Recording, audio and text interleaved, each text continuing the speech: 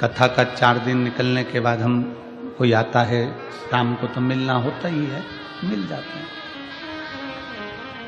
4 दिन तक तो हम किसी से मिलते नहीं। और 5वां दिन कथा का था और शाम को कोई मिलने आया तो उसने कहा, गुरुजी क्या भगवान दुख काटते हैं?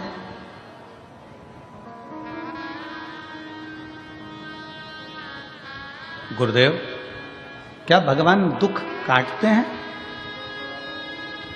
आप इसका उत्तर देंगे? हमने कहा नहीं, भगवान दुख काटते होते तो भगवान दुख देते ही काहे को? भगवान दुख नहीं काटता। गुरुदेव आप तो कहते हो कि भगवान तकलीफें मिटाता है, भगवान समस्या समाप्त करता है, दुख समाप्त करता है, क्या भगवान दुख काटते हैं? हमने कहा अगर भगवान दुख काटता तो भगवान दुख देता ही काहे को? भगवान दुख नहीं काटते। शिव महापुराण की कथा कहती है भगवान का नाम और हमारा अच्छा कर्म दुख को काट देता है।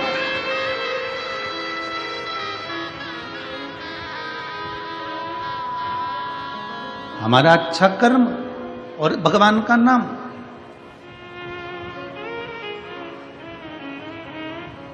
आज दुनिया के लोगों को मालूम नहीं पड़ रहा कि ये संसार के लोगों का इतना इतना दुख कैसे कट रहा है।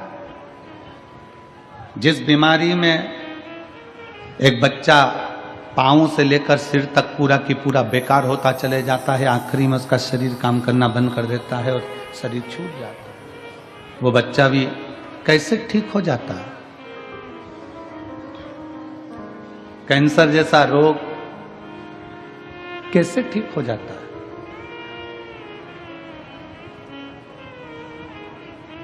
दुनिया के लोग कहते हैं कि दुख याद रखना आपका जपा हुआ नाम, आपका भजा हुआ स्मरण।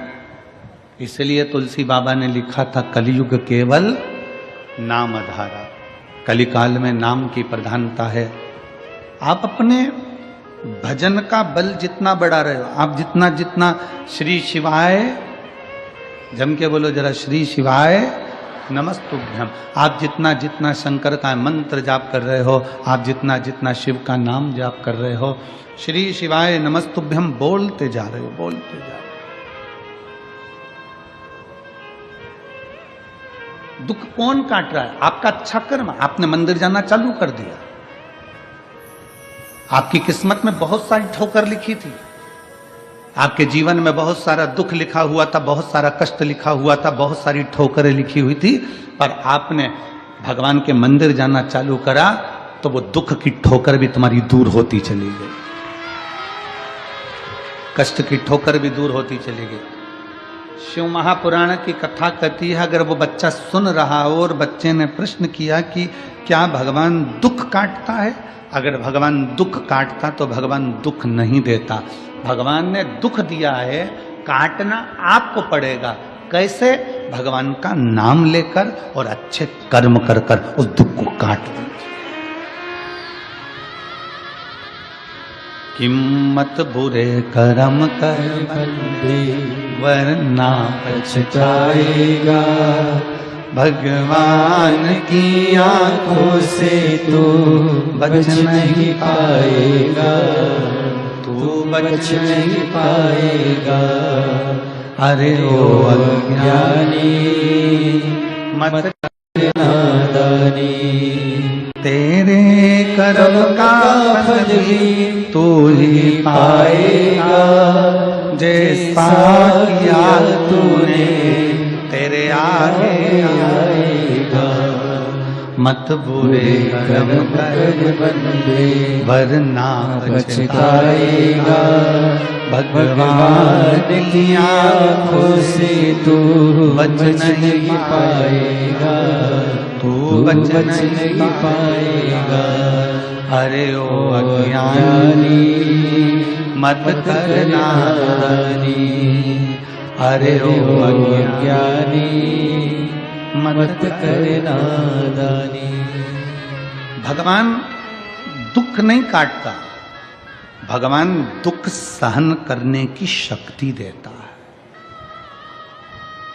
भगवान दुख सहन करने का बल देता है। फिर किसी ने प्रश्न किया, गुरुजी जब ऊपर जाते हैं मरकर 84 लाख योनियां मिली हैं, सारी योनियों में ऊपर गए मर मर कर, भगवान ने ऊपर जाकर अपने को, हमने सुना है कि गरुड़ पुराण में लिखा है कि ऊपर जाने के बाद बेतरनी में गिरो, नरक में पड़ो, खोलते तेल में उकाला, त्रिशूल से मारा, चाकुओं से काटा, सब कुछ हुआ। तो जब ऊपर ही इतना भुगता देते हैं तो फिर नीचे काहे को भुगताते हैं? बोलो सही है कि गलत है? अरे जम के तो बोलो रे, सही है। जब ऊपर खोलते तेल में, गरुड़ पुराण में सुना है कि नहीं सुना? तुम लोगों ने सुना है ना?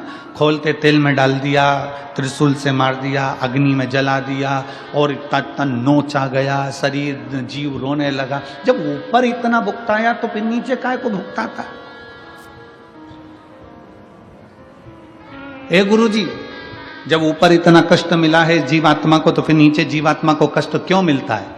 हमारा कहना केवल इतना सा है कि जब हॉस्पिटल में भर्ती रहते हो तो वहां तो दवाई खाना पड़ती है, इंजेक्शन लेना पड़ता है, दवाइयां पीना पड़ती है, सब कुछ हॉस्पिटल में होता है। ये समझ लो कि ऊपर हॉस्पिटल है जिसमें जीवात्मा का इलाज हुआ। इलाज होने के बाद जब वो घर जाता है ना तो वहां भी थोड़ी ना थोड़ी टेबलेट बांध के दे दी जाती है।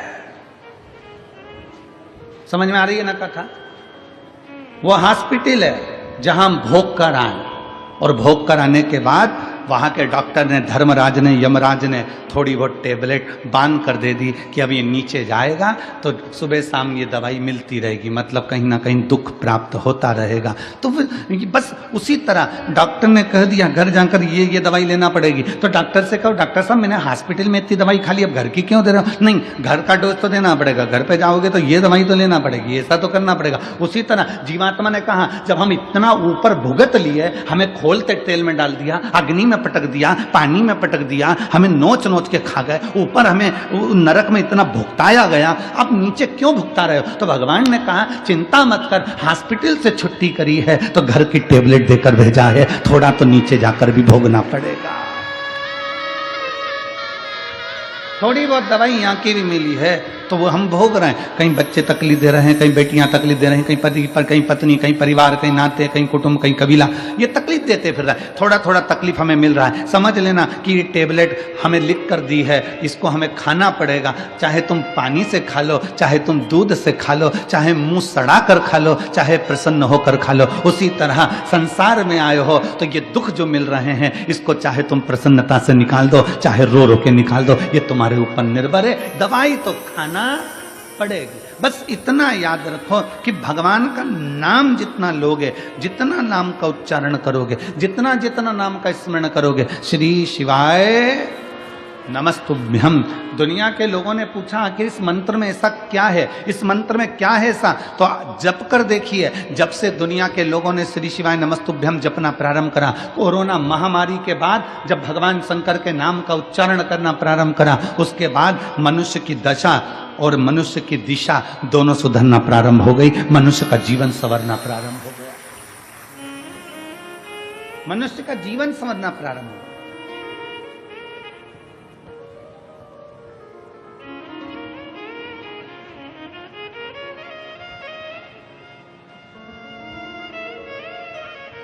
भगवान का नाम लेने से क्या होता है? तो कहा स्मरण होता है। स्मरण, नाम का स्मरण होगा तो हृदय में रमण होगा। हृदय में रमण होगा जब हमारे हृदय में भगवान के नाम का रमण होना प्रारंभ हो जाएगा। नाम का स्मरण हुआ, स्मरण से रमण हुआ, और रमण होना जब हृदय में प्रारंभ हो गया तो समझ लो दुख का मरण हो जाएगा, फिर दुख समाप्त हो गया।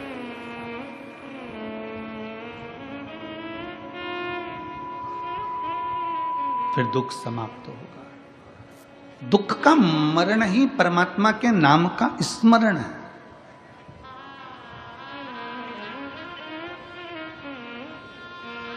श्री शिवाय नमस्तुभ्यं। श्री शिवाय नमस्तुभ्यं। श्री शिवाय नमस्तुभ्यं। श्री शिवाय नमस्तुभ्यं। श्री शिवाय नमस्तुभ्यं।